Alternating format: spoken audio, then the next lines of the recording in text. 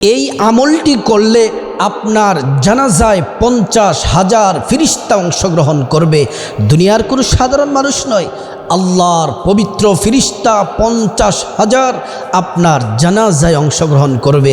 সুবহানাল্লাহি ওয়া বিহামদিহি। আমার মা বোনদেরকে অনুরোধ করে বলছি, মুসলিম ভাইদেরকে অনুরোধ করে বলছি, ছোট্ট একটি আমল, এই আমলটি করতে পারলে 50,000 ফিরিস্তা আপনার জানাজায় অংশগ্রহণ করবে।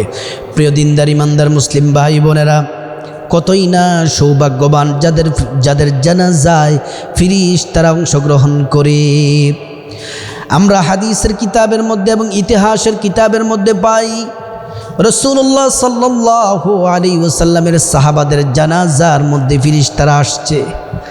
আল্লাহ রসুল সাল্লাল্লাহু আলাইহি ওয়াসাল্লাম ইমামতি করেছেন, সাহাবারাও অংশগ্রহণ করেছেন, আর আল্লাহ তাআলার নূরের ফিরিস্তা, পবিত্র ফিরিস্তারাও জানাজাতে অংশগ্রহণ করেছেন। আল্লাহর হাবিব সাল্লাল্লাহু আলাইহি ওয়াসাল্লামের জীবনে সাহাবীদেরকে এতটা ভালোবাসতেন, আদর্শ দিয়ে সাহাবাদেরকে এতটা আদর্শিক করে নিয়েছেন। সাহাবাদের জন্য আল্লাহ তাআলা কোরআনের আয়াত নাজিল করলেন, রাদিয়াল্লাহু আনহুম ওয়া রাদু আন। আল্লাহ সাহাবাদের প্রতি সন্তুষ্ট, সাহাবারাও আল্লাহ তাআলার প্রতি সন্তুষ্ট। সুবহানাল্লাহ। জীবন, যৌবন, টাকা পয়সা সব কিছু থেকে তারা নবীজিকে বেশি ভালোবাসতেন, আল্লাহকে ভালোবাসতেন। এজন্য আল্লাহও তাদেরকে ভালোবাসেন, রাসূলুল্লাহ সাল্লাল্লাহু আলাইহি ওয়াসাল্লাম তাদেরকে ভালোবাসতেন। প্রিয় দিনদার ইমানদার মুসলিম ভাই বোনেরা, এই ছোট্ট আমলটির সাথে একটি ঘটনা আছে। আমি আগে ঘটনাটি বলবো, তারপরে আমলটি বলবো। আপনারা ধৈর্য সহকারে ভিডিওটি দেখুন, আপনাদের জীবন পরিবর্তন হয়ে যাবে ইনশাআল্লাহ। আপনি যদি চান যে আপনার জানাজায় 50,000 ফিরিস্তা অংশগ্রহণ করুক, তাহলে ভিডিওটি আপনি দেখুন এবং আমলটি করেন, ইনশাআল্লাহ আপনি মান মর্যাদা আপনার বেড়ে যাবে। সুবহানাল্লাহ। প্রিয় দিনদার ইমানদার মুসলিম ভাই বোনেরা, আল্লাহর হাবিব সাল্লাল্লাহু আলাইহি ওয়াসাল্লাম সাহাবীদেরকে মুতার যুদ্ধে পাঠালেন। মুতার যুদ্ধ এবং আপনার তাবুকের যুদ্ধ পাশাপাশি সময়ে হয়েছে। মুতার যুদ্ধের পরপরেই আপনার তাবুক যুদ্ধ হয়েছে। আল্লাহর হাবিব সাল্লাল্লাহু আলাইহি ওয়াসাল্লাম মুতার যুদ্ধের জন্য 3 জন সেনাপতি নিয়োগ করলেন। এক নাম্বার হচ্ছে নবীজির পালক পুত্র যায়েদ বিন হারেসা। দ্বিতীয় নাম্বার হচ্ছে জাফর বিন আবি তালিব। 3 নাম্বার হচ্ছে আব্দুল্লাহ বিন রাওয়াহা। রাসূলুল্লাহ সাল্লাল্লাহু আলাইহি ওয়াসাল্লাম ডেকে ডেকে বললেন, হ্যাঁ আমার পালক পুত্র যায়েদ বিন হারেস, তুমি হচ্ছে 1 নাম্বার সেনাপতি। তুমি যদি শহীদ হও, 2য় নাম্বার সেনাপতি হবে জাফর বিন আবি তালিব। জাফর বিন আবি তালিব যদি শহীদ হয়, 3 নাম্বার সেনাপতি হবে আব্দুল্লাহ বিন রাওয়াহা। আব্দুল্লাহ বিন রাওয়াহা শহীদ হলে ওইখানের মধ্য থেকে একজন তোমরা সেনা প্রধান হবে, নেতৃত্ব দিবে। সুবহানাল্লাহ। নবীজির কথায় প্রমাণ হয়ে যায়, নবীজির পালক পুত্র যায়েদ বিন হারেস শহীদ হয়ে যাবেন, জাফর বিন আবি তালিব শহীদ হয়ে যাবেন, আব্দুল্লাহ বিন রাওয়াহা শহীদ হয়ে যাবেন। আল্লাহ রাসূল বললেন, যাও তোমরা বাড়ি থেকে বলে আসো। হযরতে যায়েদ বিন হারেস ডেকে ডেকে বললেন, ইয়া রাসূলুল্লাহ, আমার বাবার সাথে তো আমি কথাই বলতেছি, আমার বাবার সামনে, আর পর্দার আড়ালে আমার মা বসে আছেন, আমার যাওয়া লাগবে না, আমি তাদের কাছ থেকে বিদায় নিয়ে নিলাম। নবীজি ডেকে ডেকে বললেন, জাফর বিন আবি তালিব, যাও যাও বাড়ি থেকে বিদায় নিয়ে আসো। জাফর বিন আবি তালিব তিনি মাত্র কিছুদিন হলো তিনি বিশাল বড় সময়, বিশাল একটা সময় ইসলামের প্রচারের কাজ থেকে তিনি বাড়িতে আসলেন। ওনার স্ত্রী ওনার জন্য ভালো সুস্বাদু রান্না করতেছে, আর বাচ্চাগুলা খেলাধুলা করতেছে। জাফর বিন আবি তালিব চলে গেলেন, বাড়িতে গিয়ে বললেন, ও স্ত্রী শোনো, আল্লাহর রাসূল সাল্লাল্লাহু আলাইহি ওয়াসাল্লাম আমাকে যুদ্ধে পাঠাবেন, মুতার যুদ্ধে। আর মুতার যুদ্ধের 2 নাম্বার সেনাপতি হচ্ছে আমি জাফর বিন আবি তালিব। আল্লাহ রাসূল বলছেন প্রথমে যায়েদ বিন হারেস শহীদ হবে, 2 নাম্বার আমি জাফর বিন আবি তালিব শহীদ হব, 3 নাম্বার আব্দুল্লাহ বিন রাওয়াহা। এবার স্ত্রী ডেকে ডেকে বলল, স্বামী আপনাকে অনেক দিন ধরে কাছে পাই না, আজকে পেয়েছি। সন্তানগুলা পায়ে ধরে বাবা বাবা বলে কাঁদতেছে। আর স্ত্রী বলতেছে আমি আল্লাহর কাছে দোয়া করে, আল্লাহ আপনাকে যেন যুদ্ধের ময়দানে আপনাকে যেন গাজী বানায়া যেন বাড়িতে ফিরায়। হযরতে জাফর বিন আবি তালিব এবার তরবারিটা বের করলেন, উল্টো পিঠ দিয়ে স্ত্রীর হাতে মৃদু আঘাত করলেন। বললেন, স্ত্রী শোনো, সারা পৃথিবীর মানুষ যদি দোয়া করে, রাসূলুল্লাহ যেই কথা বলেছেন এটাই আল্লাহর সিদ্ধান্ত, এই সিদ্ধান্তের বাহিরে আল্লাহ তাআলা কোনো ফয়সালা নিবেন না। সুবহানাল্লাহি ওয়া বিহামদিহি। এবার বলতেছে আমাকে বিদায় দাও, আমি চলে যাচ্ছি, দেখা হবে হাশরের মাঠে। স্ত্রী কাঁদতেছে, ফুপিয়ে ফুপিয়ে কাঁদতেছে, চোখের পানি ছেড়ে দিয়েছে। সন্তানগুলা কবুতরের বাচ্চাগুলার মতো। আপনার কবুতর যখন জবাই করা হয় যেমন ছটপট ছটপট করে, মুরগির বাচ্চা যেমন ছটপট করে, বাচ্চাগুলা বাবা বাবা বলে কান্না করে। হযরত জাফর বিন আবি তালিব সামনের দিকে রওনা হলেন, কিন্তু তিনি পিছনের দিকেও একটু তাকালেন না। 3 নাম্বার সেনাপতি আব্দুল্লাহ বিন রাওয়াহা, তিনি মাত্র সদ্য আজকে বিবাহ করলেন, সন্ধ্যার পরে রাতে বাসর হবে। তিনি স্ত্রীকে ঘরের দরজায় গিয়ে নক করলেন, স্ত্রী দরজা খুলতে লাগলেন। তিনি বললেন, দরজা খুলতে হবে না, দরজা খোলো না, দরজার কিনারায় তুমি এসো। স্ত্রী আসলেন, বললেন আমি যুদ্ধের ময়দানে চলে যাচ্ছি, আর যুদ্ধের ময়দানে শহীদ হব। রাসূলুল্লাহ সাল্লাল্লাহু আলাইহি ওয়াসাল্লাম বলেছেন। স্ত্রী বলেন, আমি দরজাটা খুলি, আপনাকে একটু প্রাণ ভরে আপনাকে একটু দেখে নেই। হযরত আব্দুল্লাহ বিন রাওয়াহা বলে, না না, দেখতে হবে না, দেখলে তোমার আমার চোখে আই কন্টাক্ট হয়ে যেতে পারে, দৃষ্টির ভালোবাসা হয়ে যেতে পারে। তোমার আমার ভালোবাসা এটা হচ্ছে তুচ্ছ।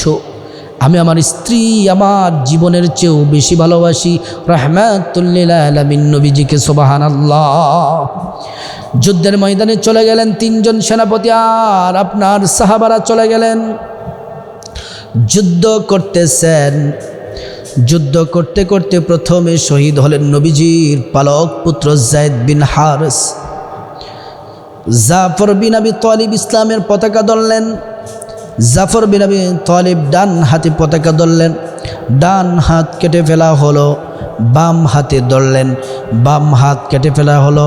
পা দিয়ে 2 পা দিয়ে ধরলেন, 2 পা কেটে ফেলা হলো। দাঁত দিয়ে কামড় দিয়ে ধরলেন, এবার দাঁত আপনার গলা কেটে ফেলা হলো।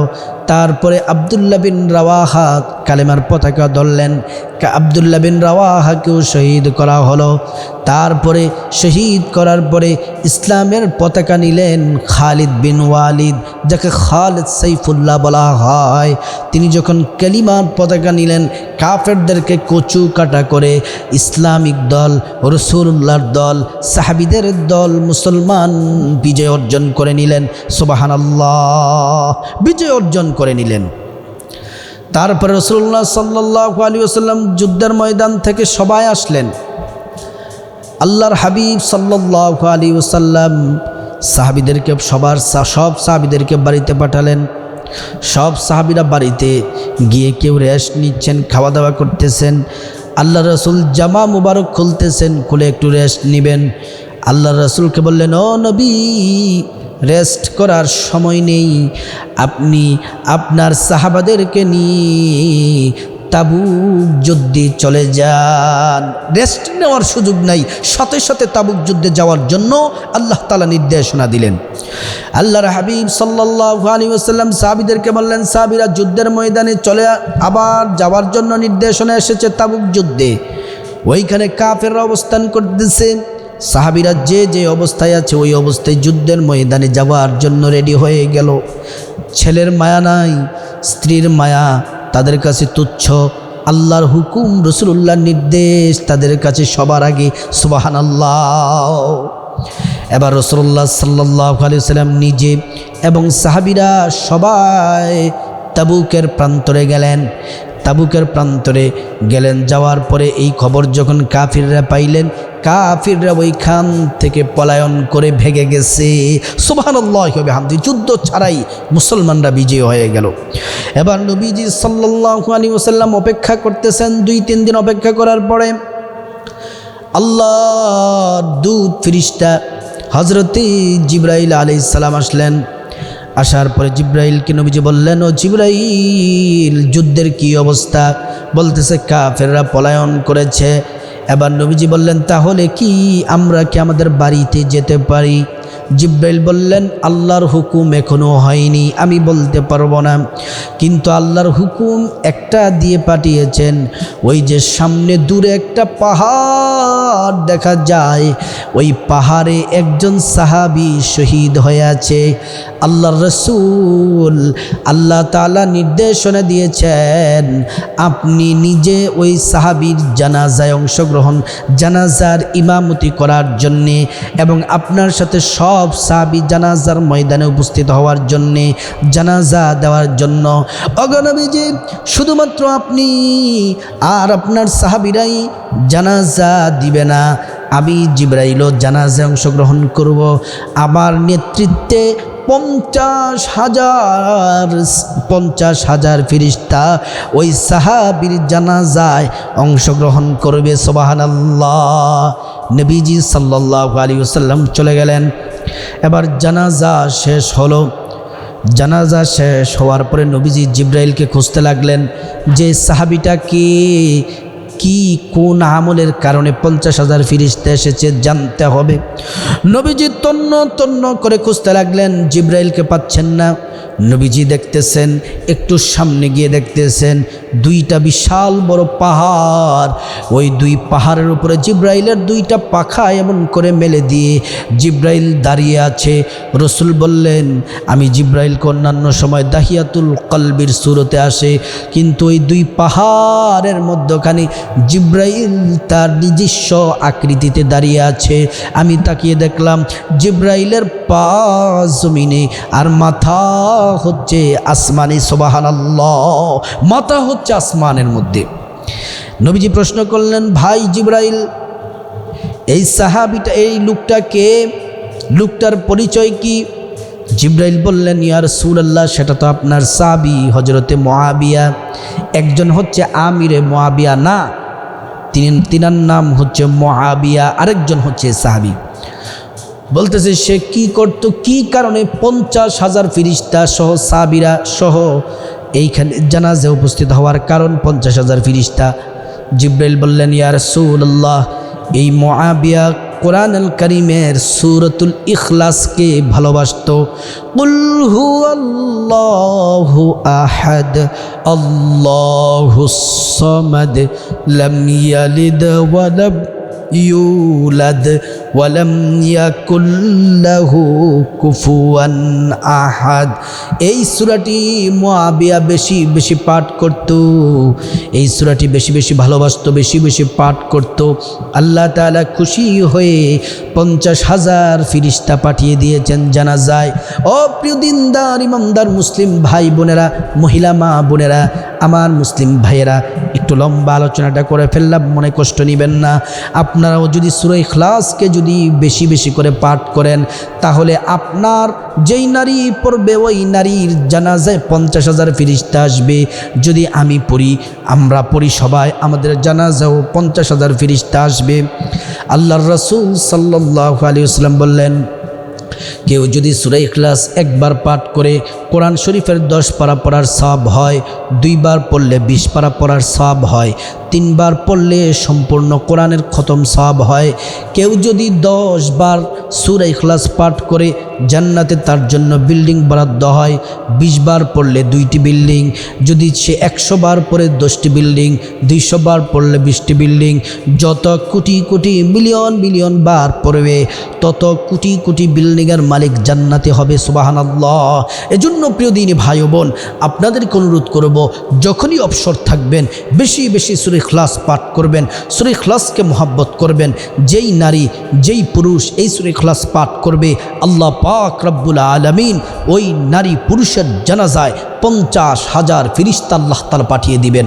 আল্লাহ পাক আমাদের সবাইকে এই আমলটি বেশি বেশি করার আল্লাহ তাআলা তৌফিক দান করুন।